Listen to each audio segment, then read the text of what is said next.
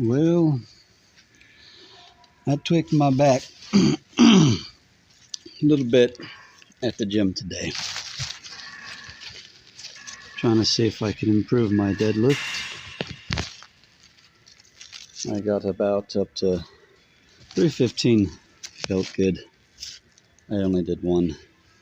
I did 3 of 135, 3 of 225, 1 315, and then I went for 405 with my overhand grip. But I let it go just about where the knee is, not on purpose. Just grip wasn't quite there today. Pulled that, actually pulled that 2 or 3 weeks ago. Somebody else had it loaded and was trying, and I said, hey, let me give go, I can do. And I did it, and it was easy. And so I don't know why today couldn't do it, but it wasn't there today. So I went for alternating grip and pulled it. It was a little bit of a struggle, more than I wanted it to be, so I knew I wasn't going to get anything more than that, and that I probably shouldn't even try pulling 405 for reps, so I lowered the weight wanted to lower it to 365, but I lowered it all the way down to 315 to be safe, but still wasn't low enough, because I was going to go for maybe 3 or 4 sets of 3 reps, and on my first set, 3rd rep, I had to drop the weight because I tweaked the back a little bit. And luckily for me, I've got really good reaction time because of the martial arts training. So I usually, when this happens, I'm able to drop real quickly, and takes about, for me, 2-3 days before I feel normal again in the back. But I always take the whole week off of heavy back training when that happens, just to be safe. Usually I'm very disappointed when that happens. I get very discouraged. But today I'm lately been feeling really positive and having lots of good energy and able to be a little bit more in the heart than normal, so wasn't discouraged at all. In fact, I'm quite excited to see how quickly even I can recover this little tweak, as fast as I can. Hopefully, I'm hoping I will be perfectly fine tomorrow and it won't hurt to bend over like it does right now. So I'm excited to try. Also, I'm excited about failure more now than ever. In fact, because this is the kind of failure that make me examine what I am doing, how I am doing it, and how can really improve. And if I'd got my 4 sets of 3 reps or whatever, I wouldn't have been sort of forced to take a look at how I'm doing it and what maybe is possibly holding me back, right? And so I scan what I've done, and I'm looking at my body, and I'm saying, what do I know that when I did the deadlift, what do I know that I was having a good mind-muscle connection with and was using the muscle correctly and tightening the muscle correctly? I know I was bracing my legs well, and I know I was bracing at least the front part of my legs well, and my sweeps, and I usually have a little bit more focus on the sweeps because I know the mind-muscle connection for me and my sweeps is not great. And I know I was having a good grip, even though my grip wasn't the best that day, but I knew I was bracing the grip, and I knew I was bracing my back properly, and even my lower back and my upper back and my wings, I know was there. But what I couldn't find or remember that I was bracing properly were my glutes and my hamstrings. And I'm coming to a little bit of a conclusion that despite having fairly decent sized glutes, that I don't necessarily have very strong glutes, and I certainly feel like I don't have good muscle memory with the glutes. Now, I know I do have pretty strong hamstrings, but definitely not as strong as my quads for sure. My quads, when I go to just the leg extension, what is it called? The loader, pin loader with the, it's not plates, what's it called? The other kind of loading, with the little square weights, the stack, the stack loading. It goes up to 315. I can do that with control, 20, sometimes 25, 30. And when I'm in control, slow up, couple seconds pause at the top, slow down. I can do for 20, at least that for sure. So I started recently going down to one leg, and I get up to about 200 pounds with one leg, can do about 10 under control, like so. So I know isolated that my quads are extremely strong. I just don't have the good squat form yet. Working on the form is where I'm needing to improve the most. My hamstrings are not quite as strong. I get to about 180 pounds for the hamstrings.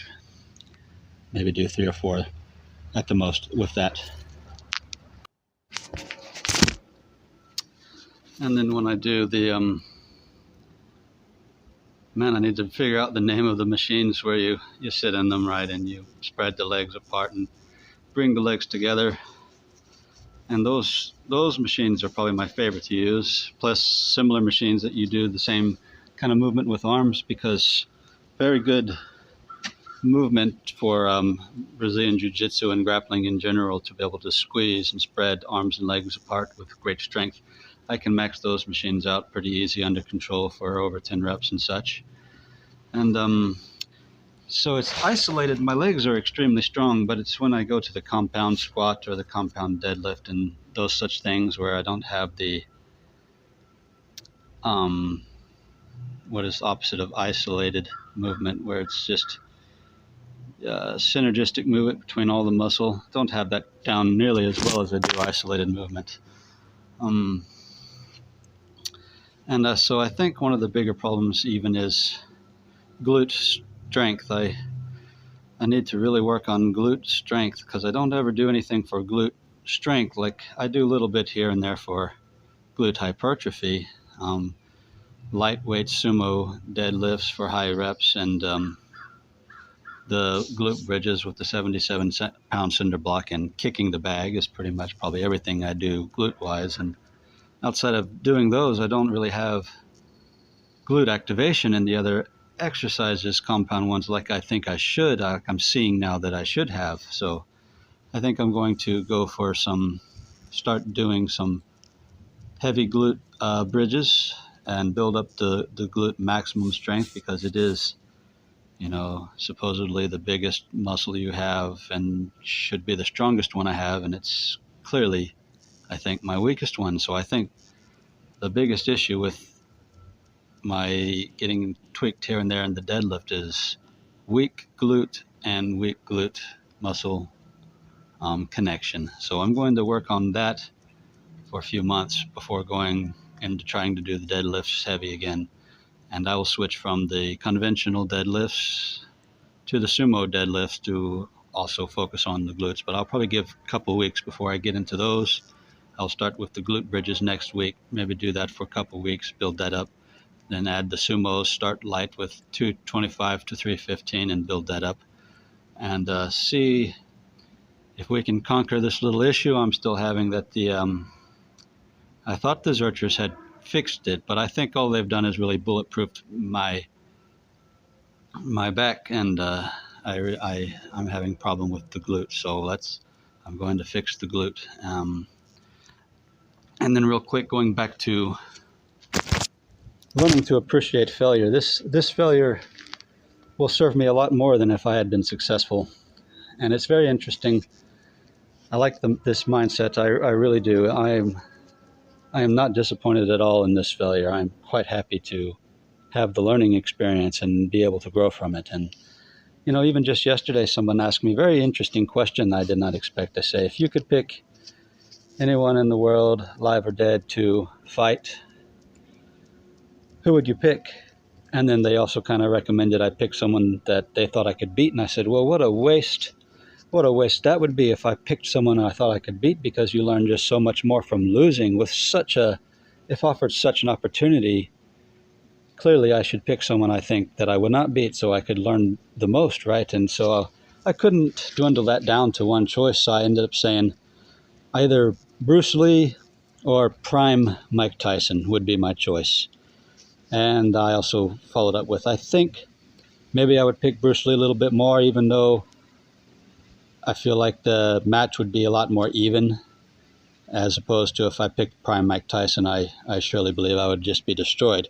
And I would probably learn a lot more from that, but at the same time, it would just totally be too hard to pass up on picking Bruce Lee. So I feel like it would be Bruce Lee first, then Prime Mike Tyson, and then if there had to be a third, obviously that would be Muhammad Ali, clearly. No, I got to say,